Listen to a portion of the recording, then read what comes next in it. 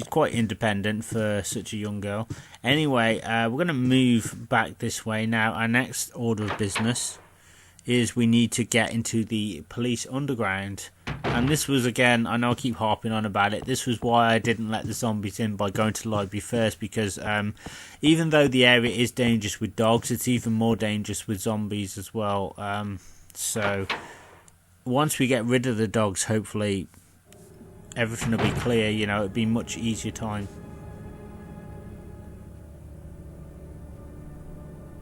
Chief? But how do we get into the underground? Well, the chief has disappeared and he's conveniently left the heart key on his desk. So that's especially handy. And it basically does the same job as in the A scenario. It just opens the door to the underground, really, and the corridor.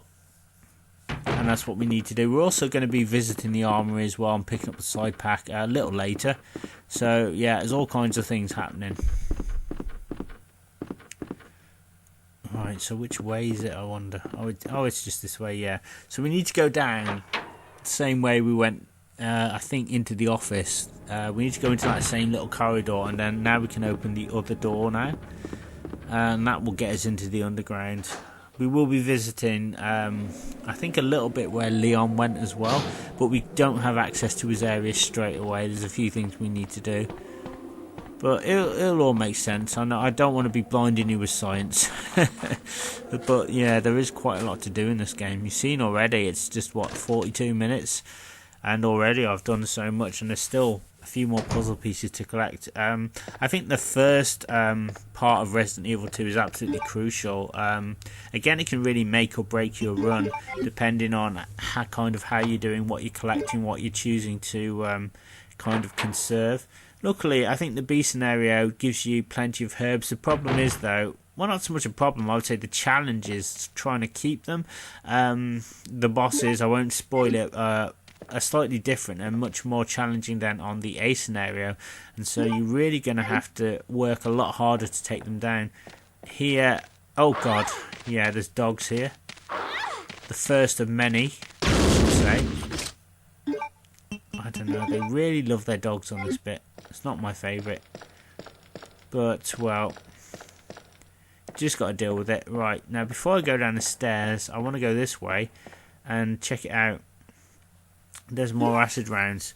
I feel like they're trying to tell me something with those acid rounds. They're letting you know that those are the rounds to use, basically, against the bosses. So, pop down the stairs. Right, I think this section's empty, come to think of it. I don't think there's anything here. Yeah, I think we're good. Right, let's pop into the power room. So I think the power room's optional. It basically restores power to the armory. But we're going to go into the armory anyway, so why not restore the power? Get that side pack and some cheeky little bits of ammo in there. Oh, can't carry any more items. Well, we'll soon see about that. So I'm just going to sacrifice a round. I'm going to reload my grenade launcher, and I'm going to pick up the green herb just down there. In hindsight, I should have used that herb, and you will see why in a bit, but yeah. Trust me, there are times when on the B scenario when I didn't think I was going to make it, but I do have strategies in place in case things go wrong. At certain points, I've kind of done this enough times to know what could go wrong and how to kind of combat in it. So hopefully my tips will help you, or combat it I should say. Right, this bit here is like one of them. This is one of the points where your run could just go downhill if you don't have kind of any herbs with you, or you're not careful enough. But as I said, I've got a strategy just in case it goes wrong. Same with the bosses, the same with everything really. And I will be saving it, but only twice. I probably mentioned that before, but yeah.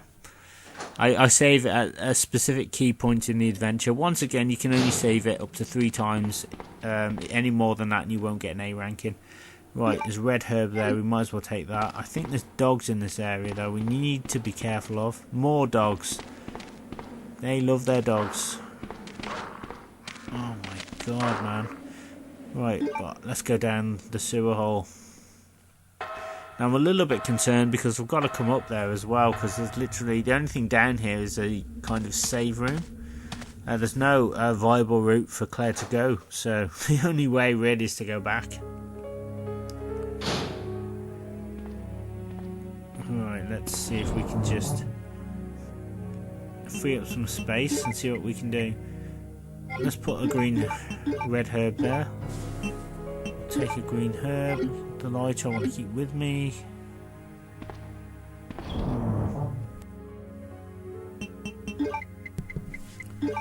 Alright, put the mixed herb there. Alright, we'll pop through the door.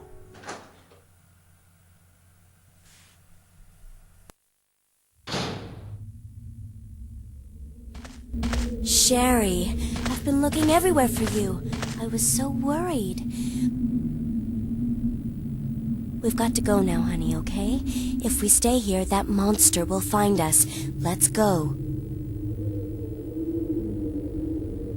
No, I won't. What's the matter? Don't you trust me? It's not that, Claire. It's because of my daddy. He's over there. I heard him call my name. Daddy must have been attacked by the monsters. I have to help him.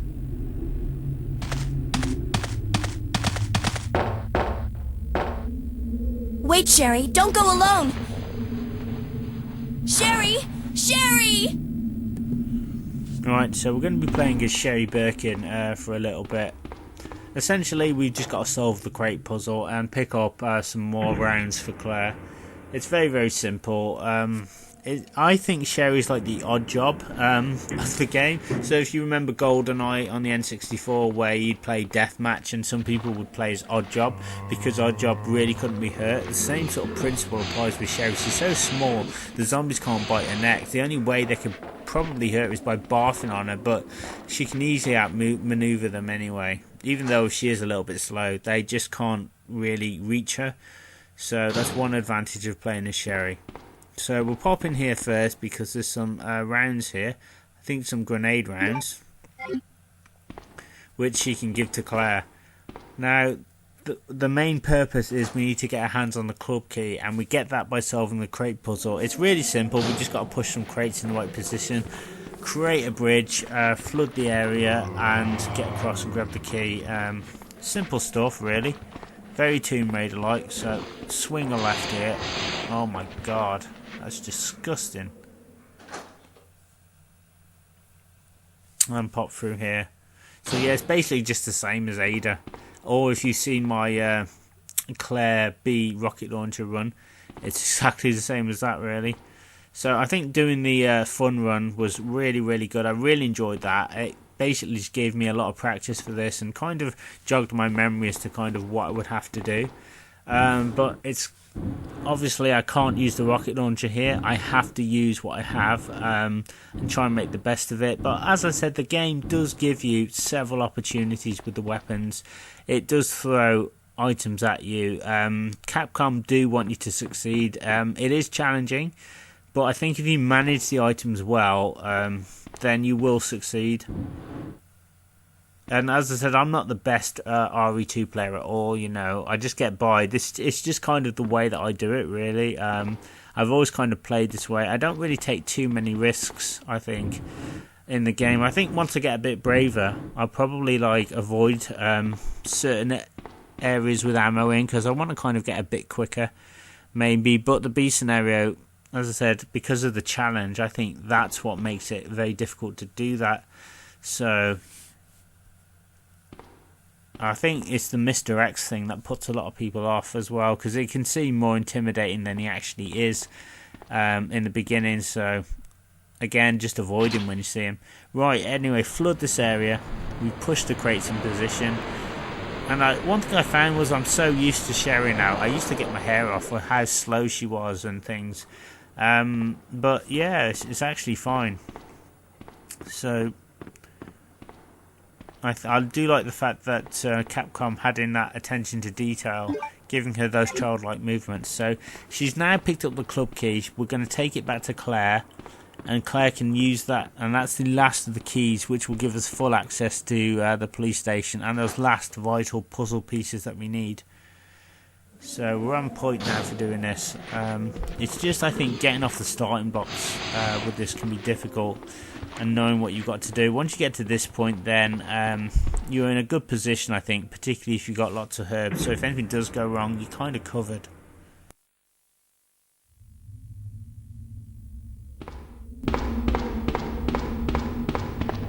Claire!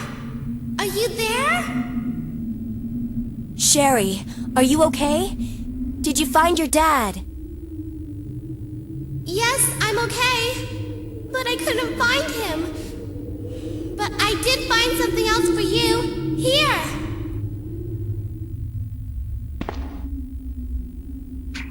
Here's another.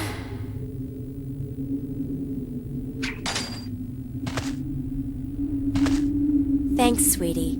Now, why don't you come over here? I want you to stay with me.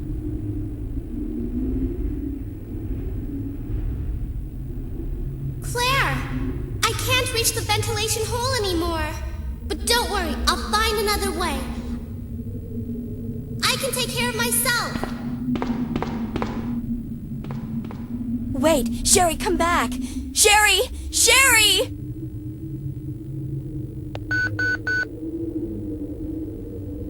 Do you read me, Claire? We now have access to the back of the parking lot. Got it. I'm getting out of here and heading to the sewer. Can you meet me there? I'm on my way. Alright, so that's basically a hint. And now I didn't pick up on this hint when I was younger. Basically, Leon's telling you that we've now got access to kind of the cells and everything, and that's kind of where we need to go next, because one key item we need, and it's an item that I always forget about, and I mentioned this in the Ace scenario, is the crank. We need the crank, just basically to lower some stairs in the library, the place I told us to avoid. You know, I told you guys to avoid, like, you want to save that, and that's the last thing we're going to do. So it's a very annoying item to find. I know myself, I just didn't know where it was, but it's really easy to find if you know where to look, once you know where it is. That's just it. It's just like, you know, it could be anywhere, and of course there are more obstacles in my path. So I've got more acid rounds now. You can see I'm building up quite a nice collection here. I'm going to keep the lighter with me because we're going to be using it when we get back into the main parts of the police station, just to solve a puzzle and get the last puzzle piece. You know, I think I might have mentioned we don't use it again, but I think it's optional. There is a room, I think later on, that Claire can get into, that Leon visited, where she can kind of use it to get some ammo. So, oh god, oh man, the dogs, oh, I'm taking damage. Oh my god, but it's okay. If it goes wrong, it goes wrong. I know exactly what to do. The first thing to do is just try and stay calm. Try not to panic. Try not to do any sudden movements.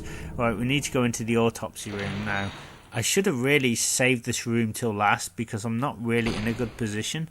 God knows why I decided to clear that now. Oh, there you go. I got them both?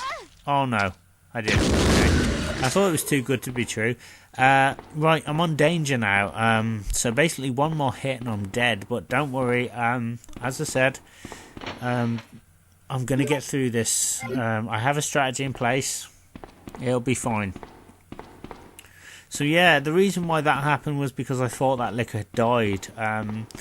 I kind of thought, oh, the two shots have killed them. They're obviously both dead, but no, he just sort of froze there like a statue and then licked me. So yeah, I'm going to have to be really careful now. So as you can see, this is what happens to either Leon or Claire if they take enough damage. Basically, they start using their weapons as crutches. One more hit, lick, anything, and they die. So it's not good. There is herbs though in the next area, because we have to go where kind of Leon went, but the problem is the route there is a little bit difficult, and you're going to see why now.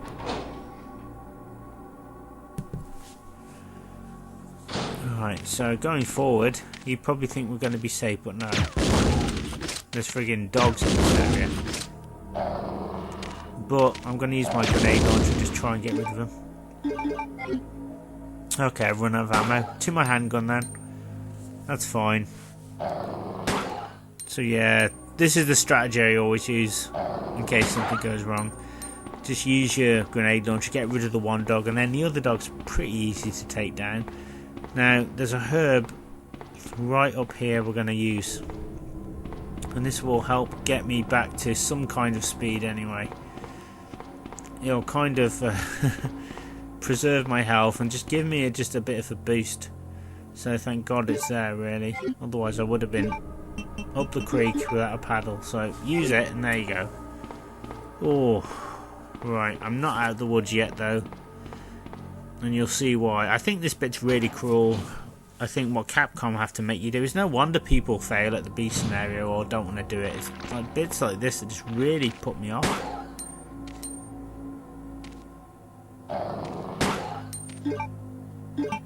I think there's 2 dogs here. So I have to take him down. Basically you have to wait till they bark before you can shoot them. It's ridiculous.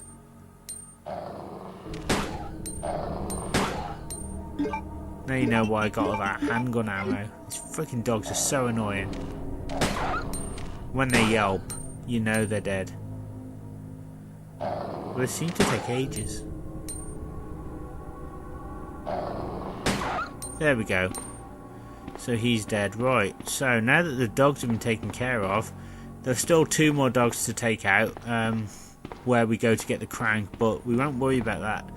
We'll worry about that in a minute. We just need to pop in here. Now this is the cell area where Ben died, essentially. So we're going to go in here because we need to pick up a herb.